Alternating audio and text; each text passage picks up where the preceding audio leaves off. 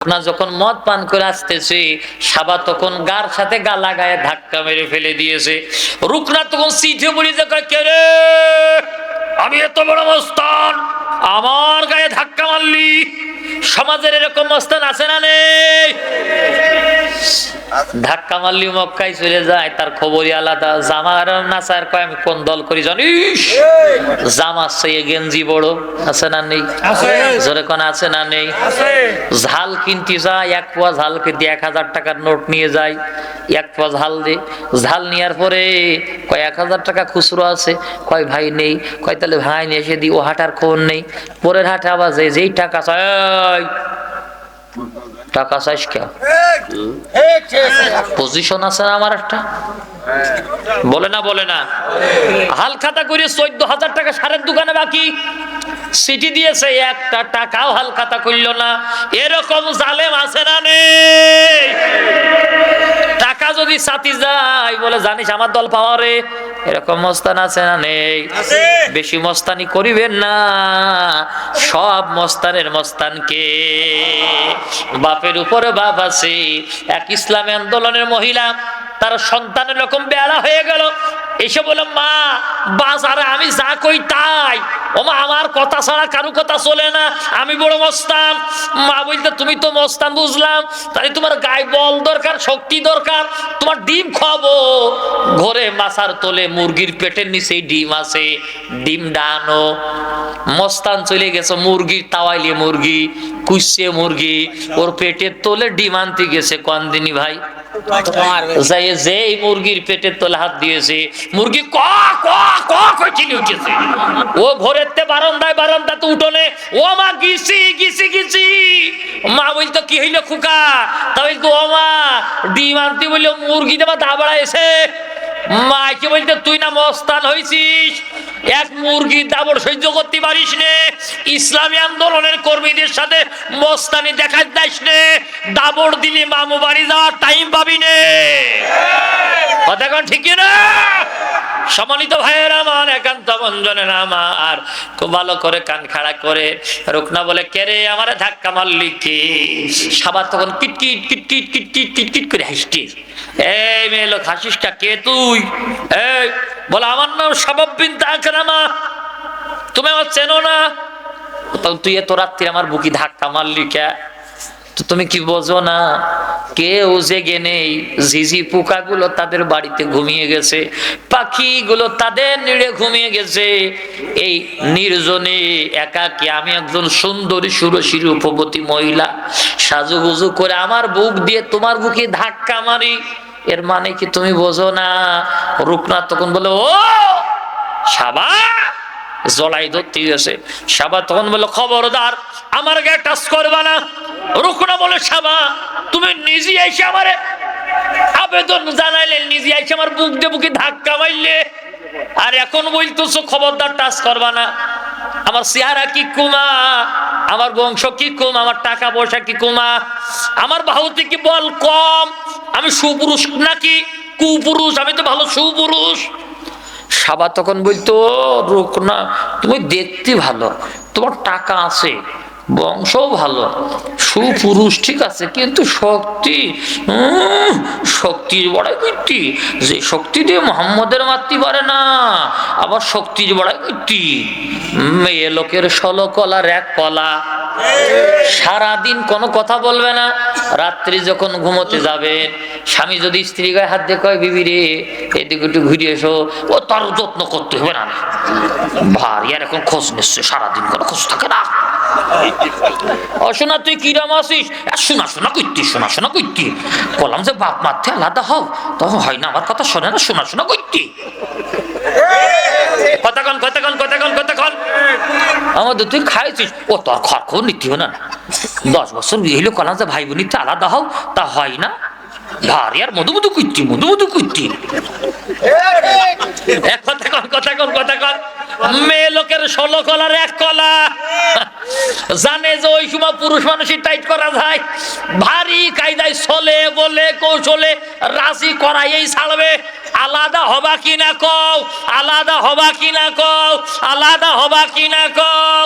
ও পুরুষেরা, যে নারী তোমাকে তোমার মা বাবা থেকে পৃথক করার জন্য তোমার কানের কাছে রেডিও চালাই দেয়, কোন কোন কোন কোন করে, বুঝে নাও, শুনে যাও, ওই নারীর চরিত্র বেশি ভালো না। ও সুযোগ পালি তোমারও লাথি মেরে আর এক জায়গায় যে নিকে বসবে। কথা কোন ঠিক কি না? মা বাবাতে আলাদা হতে কয় যে মহিলা, এ কি ভালো কথা বলেন? ভালো ভালো হতে পারে না। আল্লাহ নবী সাল্লাল্লাহু আলাইহি সাল্লাম বলেন, আমি এবার হাদিস বলছি, ও মা বোনেরা, মহিলারা, বিশ্ব নবী বুখারী শরীফের মধ্যে বলেন, কোন স্ত্রী যদি তার স্বামীর হায়াত বাড়াতে চায়, কি বাড়াতে চায়? স্বামীর হায়াত যদি বাড়াতে চায়, সেজন্য দুইটা কাম করে। এক নম্বর কাজ হলো সেজন্য তার স্বামীর মা বাবাকে বেশি বেশি খেদমত করে। স্বামীর মা বাবার খেদমত করলে স্বামীর হায়াত বাড়িয়ে দেয় যিনি, তিনার নাম কি? দুই নম্বর, স্বামী যেটা করলে খুশি হয় সেই কাজ যেন স্ত্রী সংগঠিত করে। এই দুইটা কাজ যেই নারী করবে, ওই নারীর স্বামীর হায়াত আমার আল্লাহ বৃদ্ধি করে দেবে। একবার জোরে জোরে বলা যাবে কি সুবহানাল্লাহ? তাহলে হাদিস থেকে একটা শিক্ষা টান দিয়ে বের করা যাক। আল্লাহ নবী বললেন, মা বাবার খেদমত করলে স্বামীর হায়াত বেড়ে যায়। যেই বউ আপনার মা বাবার থেকে পৃথক করতে চায়, খেদমত করতে চায় না, ওই বউ আপনার হায়াত কামনা করে না। কথা কন? ও মা, ও বোন, যেই মা বাবাকে তুমি আজকে বের করে দিতে চাও, এই মা বাবা তুমিও তো একদিন শ্বশুর শাশুড়ি হবা। সেদিন তো বেশি দিন নয়, সেদিন বেশি দিন নয়, সেদিন বেশি দিন নয়। ভাইয়েরা আমার, বৃদ্ধাশ্রম গুলোতে গেলে চোখে পানি ধরে রাখা যায় না। বৃদ্ধাশ্রমে এক মহিলা তার সন্তানকে বলছে, বাজান, এই যে গরমে আমি এখানে থাকতে পারি না, একটা ফ্যান তুমি লাগাবা, এখানে একটা ফ্রিজ তুমি রাখবা। প্রায় মরণাপন্ন মহিলাটা বলছে, মা তুমি তো মরিয়ে যাচ্ছ, ফ্যান আর ফ্রিজ খুঁজছো কেন? মা তখন বলছে, বাজান, আমি জানি আমি আর বেশি দিন বাঁচবো না, বেশিক্ষণ হয়তো দুনিয়ায় থাকবো না। আমি মরেও যদি যাই, এখানে একটা ফ্যান আর একটা ফ্রিজ ব্যবস্থা তুমি করবা। ছেলেটা বলছে, মা তুমি যদি মরেও যাও, ফ্যান আর ফ্রিজ কেন দিতে বলছো? মা তখন চোখের পানি ছেড়ে দিয়ে বলে, বাজান, ও বাজান, আমি মারা যাওয়ার পরে আমারে যেমন তুমি বৃদ্ধাশ্রমে রেখে গেছো, তোমার ছেলেও তোমাকে তো ওই বৃদ্ধাশ্রমে রেখে যাবে। তুমি তো পাখা ছাড়া ঘুমাইতে পারো না, তুমি তো রাত্রিবেলা তোমার মাঝে মাঝে ক্ষুধা লাগে, ফ্রিজে যাতে তুমি কিছু খাবার রেখে মাঝে মাঝে খাইতে পারো। এই চিন্তা করে আমি তোমাকে বলছি, বৃদ্ধ হওয়ার আগে এইখানে একটা ফ্যান আর একটা ফ্রিজের ব্যবস্থা করে দেবে। ওরে মা মারা যাচ্ছে, তারপরেও মা সন্তান বৃদ্ধাশ্রমে আসলে সন্তানের কষ্ট হবে, সেই চিন্তা করে এর নাম মা, এর নাম মা, এর নাম মা। কথা কোন ঠিক না? আরে স্বার্থ ছাড়া দুনিয়াতে কেউ তো ভালোবাসে না, স্বার্থ ছাড়া ভালোবাসে শুধুই আমার মা। স্বার্থ ছাড়া বন্ধু বান্ধব কাছে থাকে না, স্বার্থ ছাড়া কাছে থাকে শুধুই আমার মা। বিনা স্বার্থে বন্ধু বান্ধব ভালোবাসে না, বিনা স্বার্থে ভালোবাসে শুধুই আমার মা। কথা কোন ঠিক না? ওরে স্বার্থ ছাড়া বন্ধু বান্ধব কাছে থাকে না, স্বার্থ ছাড়া কাছে থাকে শুধুই আমার মা। যারা মাকে ভালোবাসো না, এই ওয়াজ শুনি লাভ হবে না। ও যারা মাকে ভালোবাসো না, ওয়াজ শুনি লাভ হবে না। কথা কোন ঠিক না? সম্মানিত ভাইয়েরা, কাম টু দা পয়েন্ট। রুকনা বলল, সাবা, মুহাম্মদের কাল্লা যদি এনে দিতে পারি কি দিবা? সাবা বলে, আমার এই রূপ যৌবন তোমার জন্য অক্ষ করে দেব। নাউজুবিল্লাহ কালকে সকালে বললো হবে না। রুকনা বলল ঠিক আছে কালকে মোহাম্মদের কাল্লা হাজির করে দেব। নাউজুবিল্লাহ বলবেন না।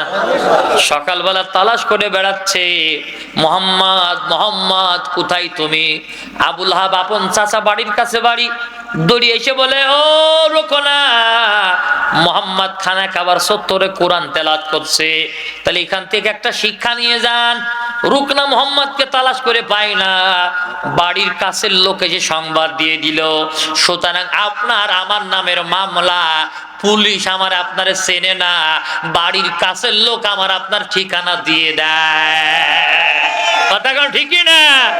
যারা বাড়ির কাছে আসো তারা মনে মনে ভাবো আমরা কিছু বুঝি না, ফিডার খাই। আমরা ফিডার খাই রে, সবগুলোর নাম আমাদের ডায়েরিতে তোলা আছে, শুধু চেয়ার ঘোরার দরকার। যেভাবে মামলা দিয়েছো একই কায়দায় মামলা দেয়া হবে। কথা বলেন ঠিক কিনা? সম্মানিত ভাইয়েরা আমার, একান্ত বন্ধুরা আমার, ভালো করে কান খাড়া করেন। রুকনা বলে মোহাম্মদ সাল্লাল্লাহু আলাইহি সাল্লাম বাইরে এসে বলে চাচা কি বলবা বলো। আল্লাহ নবী বলছে চাচা কি বলবা, চিল্লাও কা? বলে দাঁতের উপরে দাঁত থেকে, মোহাম্মদ আজকে তোর জীবনের শেষ দিন, আজকে তোর জীবনের শেষ দিন, কি খাতি ইচ্ছা করছে বল, তোর খাওয়াইয়ে নি। মুহাম্মদ সাল্লাল্লাহু আলাইহি সাল্লাম মিসকি দিয়ে হাসি দিয়ে বলে চাচা আমার জীবনের শেষ দিন তুমি বুঝলে কি করে? বুঝার মালিক তো আল্লাহ। সুবহানাল্লাহ বলবেন না? তা বলতে আমার হাতের পাওয়ার জানিস, আমার সামনে যে আসে জীবনে প্রাণ নিয়ে ফেরে না, তুইও আজকে ফিরবি নি। আল্লাহ নবী বলে চাচা অহংকার আমার আল্লাহর চাদর, খবরদার চাচা অহংকার করো না, অহংকারীকে আমার আল্লাহ পছন্দ করে না। একবার জোরে জোরে বলা যাবে কি সুবহানাল্লাহ? রুকনা বলে মোহাম্মদ তো কথা বলার সময় নেই, বল বল তোর জীবনের শেষ ইচ্ছা কি? মুহাম্মদ সাল্লাল্লাহু আলাইহি সাল্লাম বলে চাচা আমার জীবনের শেষ ইচ্ছা আমি বিশ্ববিখ্যাত কুস্তিগীর রুকনার সাথে একটু লড়াই করব। সুবহানাল্লাহ জোরে বলে। বলছে আমার সাথে কি তুমি পারবা? বলে চেষ্টা তো করে দেখা যায়। বলে ঠিক আছে শুরু হয়ে যাক, আমারে মারো। মুহাম্মদ সাল্লাল্লাহু আলাইহি সাল্লাম বলে না, আগে তুমি আমারে মারো তারপর আমি প্রতিহত করব।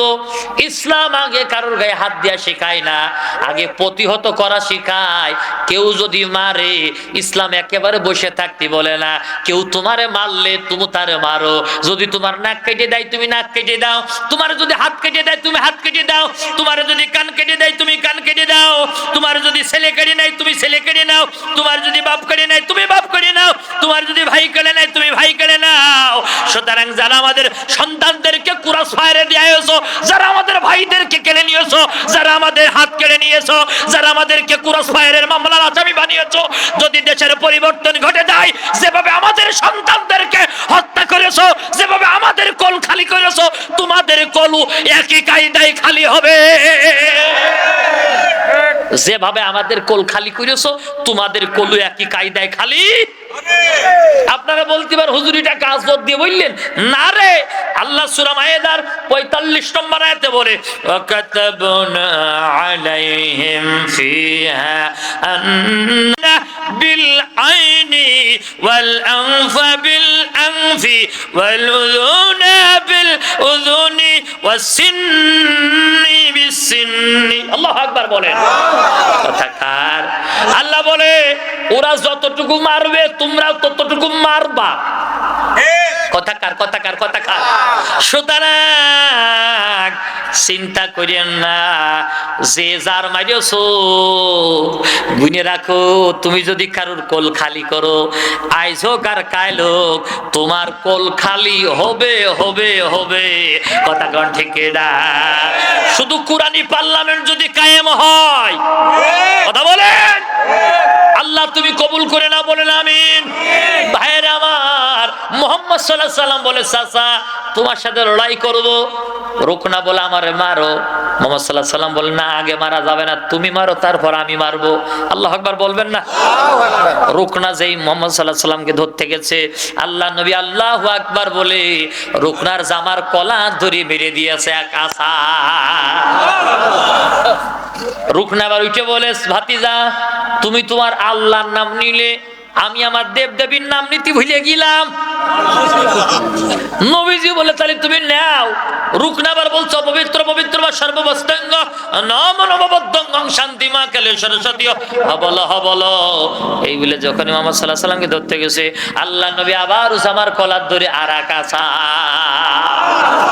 এবার রুকনা উঠে বলছে, ভাতিজা দুইবারে ফাইনাল খেলা হয় না, তিনবারে হবে। নবীজি বলে, চাচা কথা বলো, মনে রাখবা, আমি যদি হারিয়ে যাই তাহলে কি করবা? রুকনা কয়, তুই হারিয়ে গেলি, তোর আশ্রয় আশ্রয়ে ওহুদের পাহাড়ে তোর আশ্রয় আশ্রয়ে তোর নাড়ি বের করবো। নবীজি মিসকি দিয়ে হাসি দিয়ে বললে, চাচা আমি হারিয়ে গেলি ওহুদের পাহাড়ে আমার আশ্রাবা, তুমি যদি হারিয়ে যাও তাহলে কি হবে? রুকনা মনের অজান্তে বলে ফেললো, ভাতিজা আমি যদি হারিয়ে যাই, যা তোর কালিমাই পুড়িয়ে নেব। নবীজি বলছে, চাচা আমি এইটাই তো চাই। সুবহানাল্লাহ কোন ভাইজান। এবার রুকনা তৃতীয়বার ফাইনাল খেলা আবার ধরতে গেলেন। জিবরাইল আমিন এসে বলে, ইয়া রাসূলুল্লাহ ইয়া হাবিবাল্লাহ, বারবার ডান হাত দিয়ে ধরেন, বাম হাত আল্লাহর, ডান হাত আল্লাহর, বারবার ডান হাত দিয়ে ধরেন। আর হলো বাতিল, ওর ডান হাত দেন কা। এবার বাম হাত দিয়ে ধরার ফায়সালা আল্লাহর, বাম হাতটা দিয়ে ঘাড় ধরে আষাঢ় মারার দায়িত্ব আপনার, আর বাকি যা কিছু করার মালিক আল্লাহ। রুকনা এবার ধরতে গেছে, আল্লাহর নবী ওর ডান হাত ছড়াইয়া বাম হাত দিয়ে ঘাড়ের উপরে ধরে আষাঢ় মেরে দিয়েছে। আল্লাহু আকবার বলে। যখন আষাঢ় মেরে দিয়েছে আর ওঠে না, নড়ে না, ছড়ে না, কথাও কয় না। নবীজি কয়, চাচা ওঠো, ও চাচা ওঠো। চাচা কসে, রুকনা আমার মনে হচ্ছে আমার মাজার হাড় ভেঙে গেছে।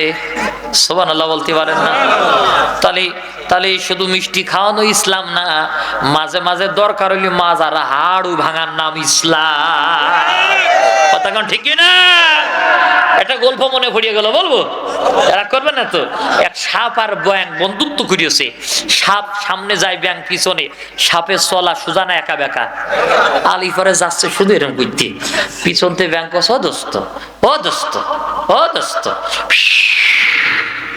কি বলবি বল, ও দোস্ত তা তুই চলতেছিস সামনে, এর একা বেকা কা, সোজাই হাঁটতে পারিস রে? সাপ তখন, তোর সাথে বন্ধুত্ব করিস বলে তোমার ভুল ধরবে, তোর খাইয়ে ফেলে দেবো বলো। ব্যাং তখন জোড়ো সড়ি করছে, দোস্ত ভুল হয়ে গেছে। বলছে, ভুল হয়েছে কথা বললি হবে না নে, তুমি আমার ভুল ধরেছো, তুমি সামনে যাও, আমি তোমার পিছনে। এটা যাইতে সাপ, এটা জানোয়ার, এটা জানোয়ার, যাইতে সাপ। ব্যাগ ভুল ধরিয়াস বলে ব্যাগের বলতে তুই সামনে যা, গতি ছাড়িয়ে দিলাম। আর ইরা কি জানোয়ারের বাচ্চা, জানোয়ার কি যাইতে সাপ, এত ভুল ধরি গতি ছাড়ে না।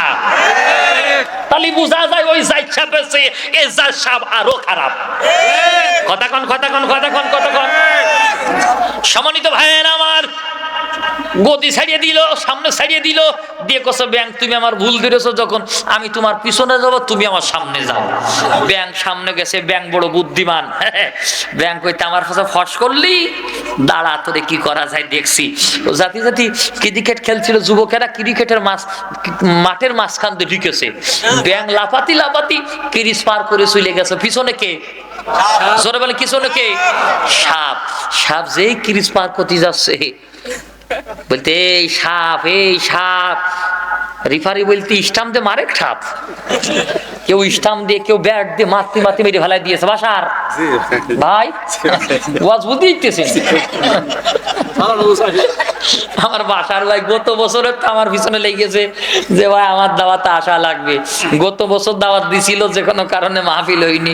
এবছরে তার কাজা আদায় করতেছি, বুঝে গেছ কথা।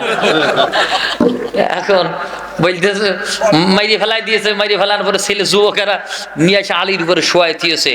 ব্যাং ঘুরে এসে করছে, ও দোস্ত, ও দোস্ত, সোজা বলে হবি নে, সোজা মানে হলি বাইসে থেকে হলি নে, এরাও সোজা হবে, বাইসে থেকে হবে না।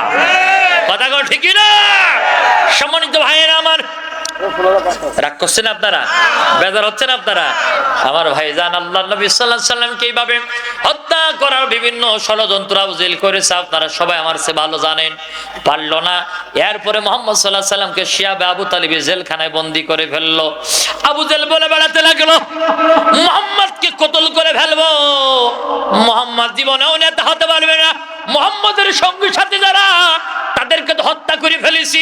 খাব্বাবকে মারলাম, খুবাইবকে মারলাম, আম্বারকে মারলাম, সুমাইয়াকে মারলাম, নুসাইবাকে মারলাম, মুহাম্মাদের তো কেউ থাকলো না। মুহাম্মাদের 3টে ছেলে ছিল, তারাও তো মরে গেল। মুহাম্মাদের পূর্বপুরুষ কেউ থাকলো না, মুহাম্মদ জীবনও নেতা হতে পারবে না।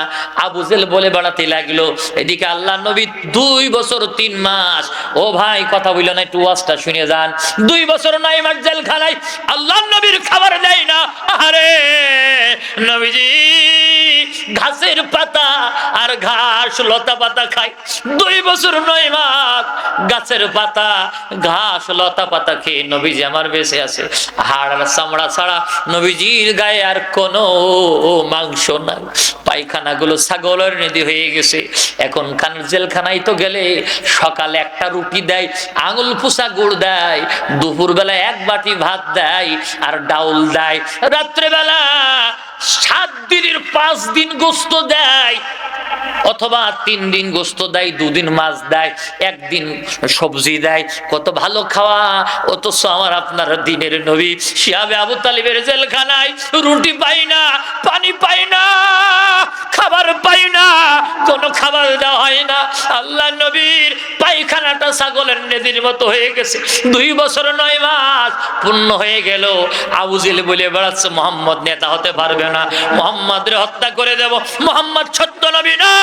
মুহাম্মদ যদি সত্য নবী হবে, ইসারুল্লাহতে জেলখানায় ছিল, আল্লাহ খাবার দিত।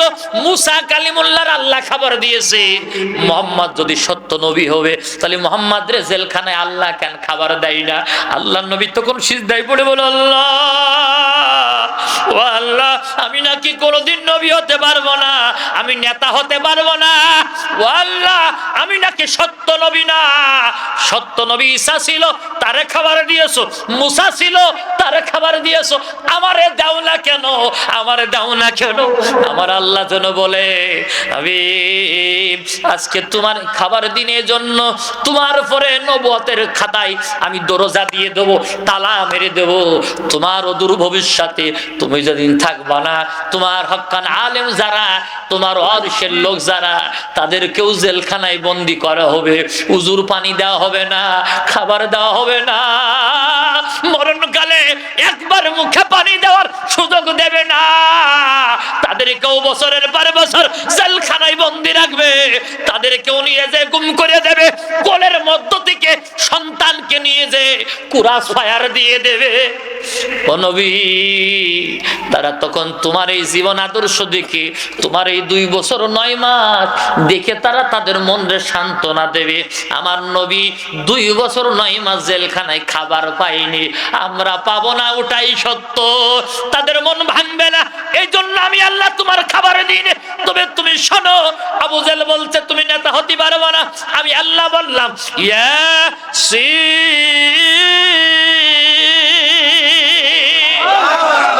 হে নেতা, হে আরো জোরে কন, দেখছে কে? আরো জোরে কন। ও আমার চৌগাছাবাসী, এই দুনিয়ার নেতা হতে লাগলে লাগে ভোট, না হলে লাগে নোট, তা না হলে লাগে লাঠিয়াল বাহিনী। কথা কোন ঠিক না? কিন্তু আমার নবীকে আল্লাহ নেতা বানালেন, ভোট লাগলো না, নোট লাগলো না, লাঠিয়াল বাহিনী লাগলো না। নেতা বানালেন যিনি, তিনার নাম জোরে বলেন কি? হইল না? হইল না? আল্লাহ নবীকে নেতা বানালেন যিনি, তিনার নাম কি? হে নেতা, ইয়াসিন কারুর নাম রাখবেন না। যদি রাখেন, রাখবেন ইয়াসিন আলী, ইয়াসিন আরাফাত, ইয়াসিন হুসাইন। খালি খালি ইয়াসিন রাখা যাবে না। কারণ খালি খালি ইয়াসিন রাখা যাবে না, কারণ ইয়াসিন বিশ্ব নবীর একটি গুণবাচক নাম। ইয়াসিন আলী, ইয়াসিন আরাফাত, ইয়াসিন হোসেন, বোঝা গেছে কথা? ইয়াসিনের সাথে কিছু জুড়িয়ে দিয়া লাগবে। শুধু ইয়াসিন, ইয়াসিন আল্লাহ বড় ভালোবাসে। নবী যখন 2 বছর 9 মাস না খাওয়া সিজদায় পড়ে রয়েছে, নিজের পায়ে ভর দিয়ে চলতে পারে না, পেটে কিছু নেই, গা থরথর করে কাঁপছে, নবীজির চোখ দিয়ে পানি বেয়ে বেয়ে দাড়ি ভিজে পড়ছে। ওই সময় চোখে পানি ফেলে আল্লাহর বলছে, আল্লাহ, আবু জেহেল বলে বেড়াচ্ছে আমি নেতা হইতে পারবো না। আল্লাহ, আল্লাহ আমি সত্য নবী না, আল্লাহ তখন বুক ভরা ভালোবাসা নিয়ে আল্লাহ রহমতি দরিয়ায় তো জোশ মেরিয়েছে। আল্লাহ তখন চিৎকার দিয়ে বলে, জিব্রাইল আমার হাবিবের কানে শোনায় দে আমি আল্লাহ বললাম ইয়াসিন হে নেতা। আল্লাহু আকবার বলেন। আমি আমার নবীর নাম দিয়ে দিলাম নেতা। সুবহানাল্লাহ কোন। ইয়া মানে হে, সিন মানে সাইয়্যিদুল বাশার, সিন মানে সাইয়্যিদুল কাউনাইন, সিন মানে সাইয়্যিদুল আম্বিয়া। সুবহানাল্লাহ বলতে পারেন না? সিন মানে সাইয়্যিদুল মুরসালিন। তুমি শুধু নেতা না, সাইয়্যিদুল কাউনাইন, ইহ জগতের নেতা, পরজগতেরও নেতা। সাইয়্যিদুল বাশার, সব নবীদের তুমি নেতা। সুবহানাল্লাহ কোন। ও নবী যে যা বলে বলুক, আমি বললাম তুমি নেতা। নবীজি তখন কাঁদো কাঁদো কণ্ঠে, নবীজির চোখ বেয়ে বেয়ে দাড়ি ভিজে ভিজে জমিনে পাটি পড়ছে। এক সাহাবী বলেন, আমি নবীজিকে লক্ষ্য করে দেখলাম আল্লাহ নবী সিজদা থেকে মাথা তুলে আসমানের দিকে তাকায় বলছে, সত্য কি আমি নেতা? আল্লাহ তখন বললেন, ইন্নাকা লামিনাল, আল্লাহ তখন বলছেন ওয়াল কুরআনিল হাকীম। ও নবী, আমি বিজ্ঞানময় কোরআনের শপথ দিয়ে বলছি। আল্লাহু আকবার বলেন। ইন্নাকা লামিনাল মুরসালিন। ওরা যা বলে বলুক, আবু জেল বলে বেড়াচ্ছে তুমি জেলখানায়, তুমি সত্য নবী, তুমি সত্য নবী।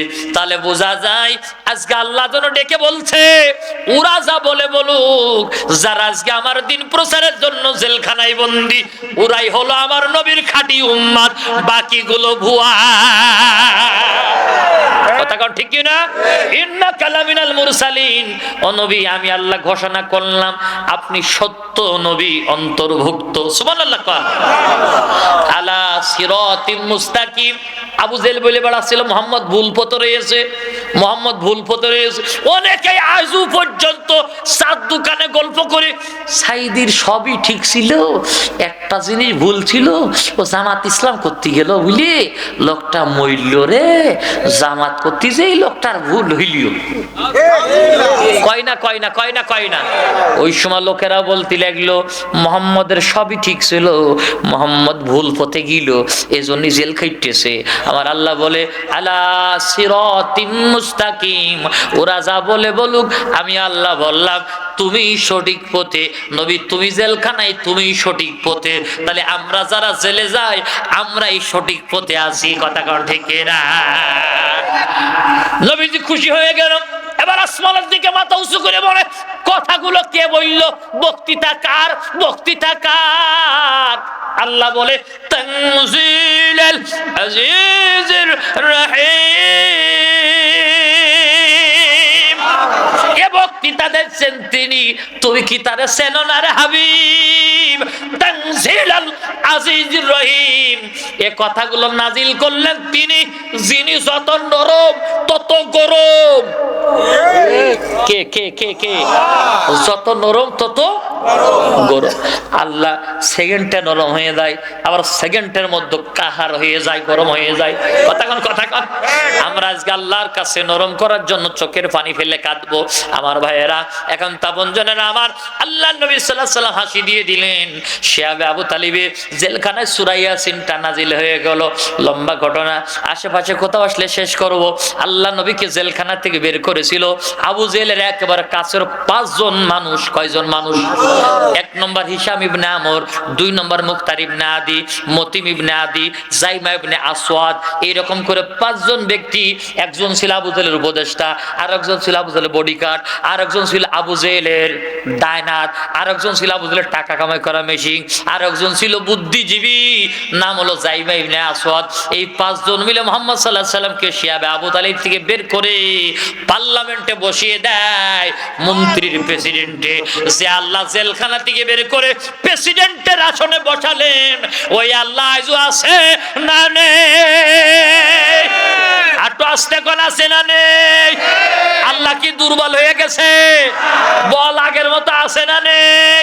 যে আল্লাহ নবীকে জেল থেকে বের করে পার্লামেন্টের প্রেসিডেন্ট প্রেসিডেন্ট বানাতে পারে, সেই আল্লাহ যেহেতু আছে, আমরা হতাশা হইনি, আমরা আশা হারাইনি, আমরা সংকুচিত বোধ নয়, আমরা চিন্তিত নয়, আমরা টেনশনে নাই, আমরা পেরেশানে নাই, আমরা আশা রাখি আল্লাহ একদিন আমাদের বিজয় দেবে। দুই হাত তোলেন, দুই হাত তোলেন, দুই হাত তোলেন, দুই হাত তোলেন, বলেন হে আল্লাহ, হে আল্লাহ, আমরা তোমার দয়ার আশায়, তোমার মায়ার আশায়, তোমার মাগফিরাতের আশায়, তোমার রহমতের আশায় অপেক্ষায় আছি। দয়া করে আমাদের হাতগুলা তুমি খালি হাতে ফিরাইও না। বলেন আমিন, আরো জোরে বলেন আমিন, আরো জোরে বলেন আমিন। হাত নামান। আল্লাহ তুমি আমাদের হাতগুলা কবুল করে নাও, জোরে কোন আমিন। সম্মানিত ভাইয়েরা, আর গভীর রাত হয়ে গেছে, আর কথা বাড়ানো যাবে না। আজকের রাত্রের একটা অন্যতম আমল বলে শেষ করব।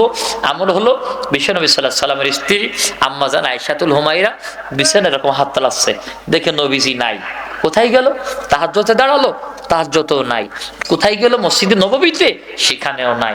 তালাশ করতে করতে যেয়ে দেখে বিশ্বনবী জান্নাতুল বাকির পাশে, জান্নাতুল বাকির পাশে দাঁড়িয়ে দাঁড়িয়ে চোখের পানি ফেলে কাঁদতেছে। আম্মা জান আয়েশা গিয়ে বললেন, ইয়া রাসূলুল্লাহ, এত রাত্রে আপনি কবরের পাশে দাঁড়িয়ে কাঁদছেন? নবীজি বলেন, আয়েশা, তুমি কি জানো না, আজকে হলো শাবানের মধ্য রজনী। আজকের রাত্রে আল্লাহ তাআলা প্রত্যেক কবরবাসীকে মুক্ত করে দেয়। সুবহানাল্লাহ কর। যারা জাহান্নামী তাদেরকে আল্লাহ জাহান্নাম থেকে মুক্ত করে। সুবহানাল্লাহ কর। কবরবাসীরা আমাদের দিকে চেয়ে থাকে, আল্লাহ সাধারণ ক্ষমা ঘোষণা করে দেয়। আল্লাহু আকবার বলেন। আজকে কত মানুষকে জাহান্নাম থেকে জান্নাতে দেবে এ কেউ জানে না। সুবহানাল্লাহ কর। এজন্য আমি জান্নাতুল বাকিতে দাঁড়িয়ে দাঁড়িয়ে কাঁদি, আর আমার উম্মতদের জন্য মেসেজ দিয়ে যাই, যার ভাই হারিয়ে গেছে, যার মা হারিয়ে গেছে, যার আব্বা হারিয়ে গেছে, যার সন্তানটা হারিয়েছে, যার ইসলামী আন্দোলনের সাথী হারিয়েছে, সেজন্য কবরের কিনারায় দাঁড়ায় চোখের পানি ফেলে কাঁদে। তাদের জন্য ক্ষমা চাই। আল্লাহ তুমি আমাদের ইসলামী আন্দোলনের কর্মী যারা শাহাদাত বরণ করেছে তাদেরকে ক্ষমা করে দাও। জোরে বলেন আমিন, আর জোরে বলেন আমিন। সম্মানিত ভাইয়েরা, সাথে সাথে যারা আব্বা মা দাদা দাদি নানা নানি নাই, কালেকশনের দরকার আছে নাকি? যারা আব্বা মা দাদা দাদি নানা নানি নাই, তাদের জন্য দোয়া হবে। সবাই সূরা ফাতিহা শরীফ একবার পাঠ করে আউযু বিল্লাহি মিনাশ শাইতানির রাজিম।